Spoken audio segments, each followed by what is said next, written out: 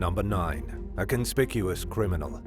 Rapper Philip Nicholas Castabanes, better known by his stage name Stitches, apparently didn't feel like walking to the entrance of a Miami Whole Foods store during a grocery run back in 2017. He parked his Porsche in a handicapped spot, even though he didn't have a legal permit. A nearby police officer recognized the musician and his car from previous run-ins. The cop pulled Stitches over as he tried exiting the parking lot. During their conversation, he asked the rapper if he had a gun inside the vehicle. Stitches said no, then allegedly handed the officer a lit joint. This was more than enough to give the officer probable cause to search the car. They found a Glock, 2 magazines containing bullets, a jar full of marijuana, and a single oxycodone pill. During the search, Stitches reportedly apologized to the police and said he thought they were asking if he had a weapon on him, not just in his car. He was quickly arrested on felony gun and drug charges, but struck a deal with prosecutors, allowing him to avoid prison time by participating in an intervention program. After the case, Stitches told the press that he was done with hard drugs and was ready to focus on his family and making positive changes in his life. But he landed in hot water with the law once again in 2022 when he was arrested for felony cocaine possession and firing a gun in public. He got a lucky break a month later when the prosecutor dropped the charges, since the police had failed to submit the alleged drugs to a lab for testing. It's unclear why the evidence wasn't handled properly, and as far as the allegations against the rapper for shooting a gun in public go, he claimed he was defending his family. It seems as if that charge was also dropped. Number 8. A morbid mix-up. In 2015, 3 teenagers broke into a house in St. Charles County, Missouri, and found a container filled with what they believed was cocaine. They swiped it, along with some jewelry, cash, electronics, and prescription painkillers, thinking they'd scored big time. Homeowner Deborah Matthews came home to find the valuables missing, along with her dead father's ashes. After fleeing the scene, the suspects tasted the cremated remains and quickly realized it wasn't cocaine. Investigators tracked the thieves down through the IP address of an Xbox 360 they stole from the home. It turned out that they were acquaintances of the victim. Deborah told local news outlet KSDK that she never thought the young men would steal from her. During questioning, one of the suspects admitted to acting as a lookout while his accomplices looted the home. Police recovered some of the stolen goods, but were unable to recover the sentimental ashes which the teens had thrown out of their car window after realizing it wasn't drugs. This wasn't the first time a burglar mistook someone's ashes for drugs either. 3 years earlier, in 2011, a group of burglars took a few containers of what they thought were heroin or cocaine from a home in Florida. Instead of getting high, though, they caught a big whiff of the homeowner's late husband and Great Danes.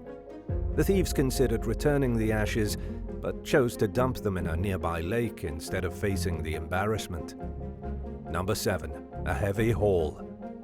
During a routine traffic patrol outside Casa Grande, Arizona in 2015, a Pinal County Sheriff's deputy tried pulling a Chevy Trailblazer over for speeding. Instead of following the law, though, the driver sped off, leading authorities on a high-speed, high-intensity chase down Interstate 8.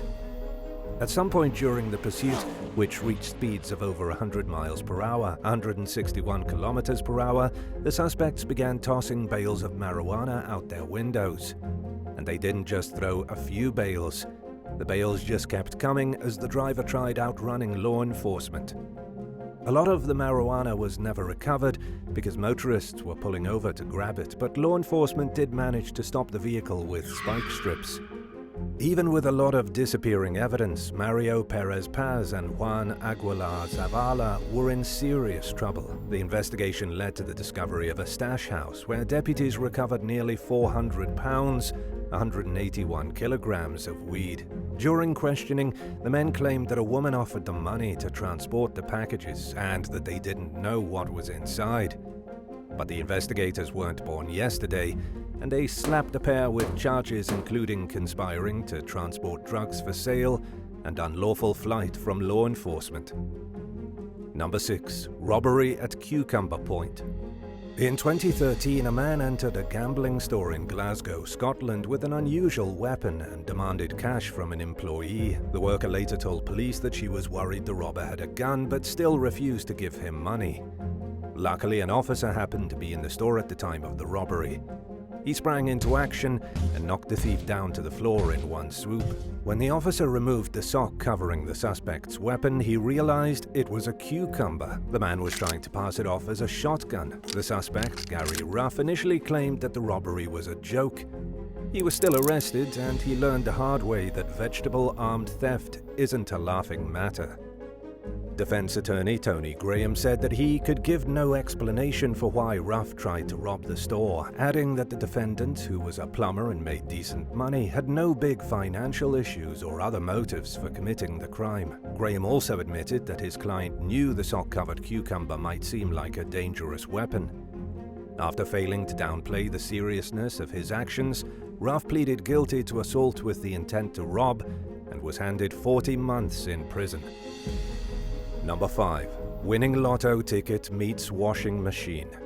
Right as the California State Lottery jackpot hit $26 million in 2020, a woman from Norwalk, just outside Los Angeles, realized she had purchased a winning ticket, but she had stuck it in her pocket and couldn't find it later on. Just days before the 180-day deadline to claim the prize approached, she contacted the Lotto Authority and told them she was pretty sure she'd accidentally washed and destroyed the winning ticket with pieces of her laundry. A worker from the store where the woman bought the ticket recognized her and remembered selling it. The transaction was also captured on surveillance footage, but investigators concluded that there wasn't enough evidence to prove beyond a reasonable doubt that she was the winner, even though the winning ticket was traced to the convenience store where she bought it, and nobody else had come forward claiming the funds. As the deadline approached, a Lotto spokesperson said that unless a last-minute winner showed up, the money would go to the state's public school system. It wouldn't be the first time a lottery winner failed to claim their prize in California. In 2022, the lottery revealed that $46.8 million of prize money goes unclaimed on average each year. Spokeswoman Carolyn Becker told KTLA that in many cases people lose their tickets or just don't realize they've won. And while the Lottery Authority has a way of knowing if a winning ticket has been purchased, they are unable to track down buyers' identities. So while your odds of hitting the jackpot are almost as slim as they would be if you just didn't play the lottery at all, it's a good idea to keep track of your tickets because it's the responsibility of the buyer to know if they've won. Number 4. Drunk driver mistakes police station for hotel. One unfortunate man became the laughingstock of the entire internet overnight in 2009 for making one of the worst drunk driving mistakes ever. A normal Sunday morning for Louisiana state troopers in Baton Rouge took a hilarious turn when 25-year-old Mitchell Delate knocked on their front door. The trooper working the front desk buzzed him inside, and it quickly became clear that the young man was incredibly confused. Delate asked if he was at a hotel, mistaking the trooper as a front desk clerk, but instead of checking into a room, he was instead booked on suspicion of DWI. He did manage to get a free stay in the local jail, though. It's hard not to laugh at the mix-up, but driving drunk is always a bad decision and isn't a laughing matter. While getting arrested sucks, the suspect was lucky nobody was hurt and that someone was able to stop him from getting back behind the wheel. Hopefully, the experience and the less than flattering news headlines taught him a lifelong, valuable lesson. Number 3. Father-son duo commit robbery in drag. A 38-year-old British man named Martin Pick and his teenage son Declan made international news headlines back in 2015 after they were caught on camera robbing a convenience store and post office in West Yorkshire. Here's the kicker. The two were disguised as elderly women. The younger Pick pushed his father in a wheelchair, while both men donned lousy wigs, long coats, hats, sunglasses, and flowery handbags. Surveillance footage showed Declan shuffling into the store and pulling his dad's large wheelchair in. He seemed to struggle as he turned the chair around and pushed Martin deeper into the store. Once they were ready to strike, Martin threw off the blanket on his lap and leapt up. He and Declan robbed the store at gunpoint, while there were actual elderly customers inside.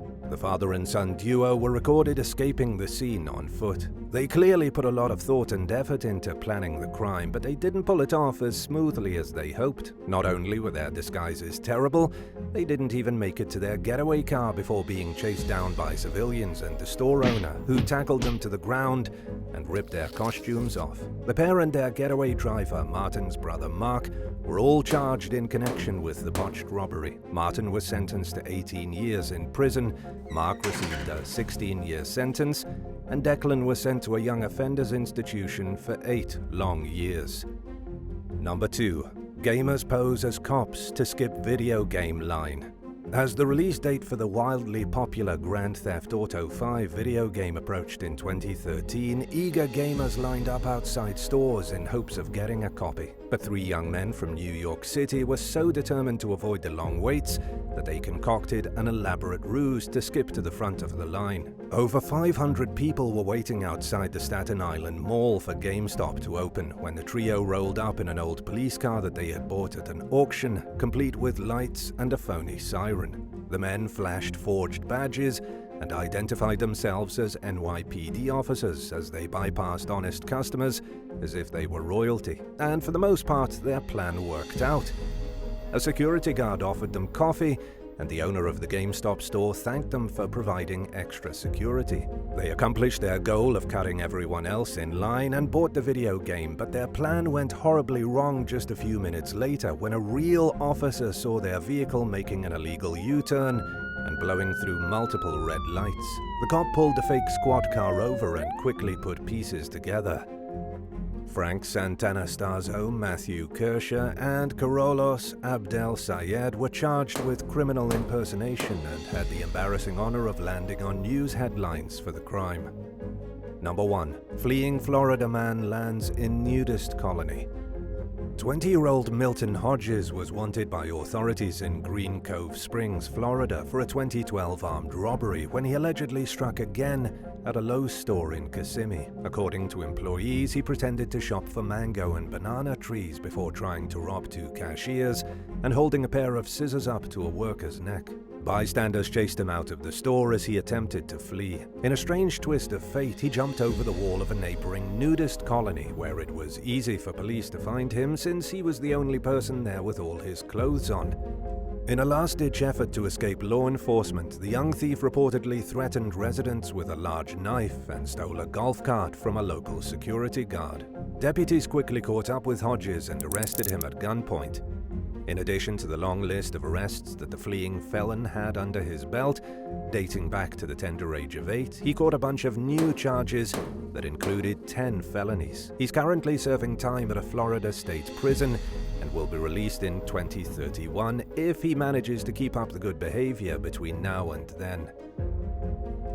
Thanks for watching. Would you rather bomb a once-in-a-lifetime interview for your dream job or come home to find your house engulfed in flames?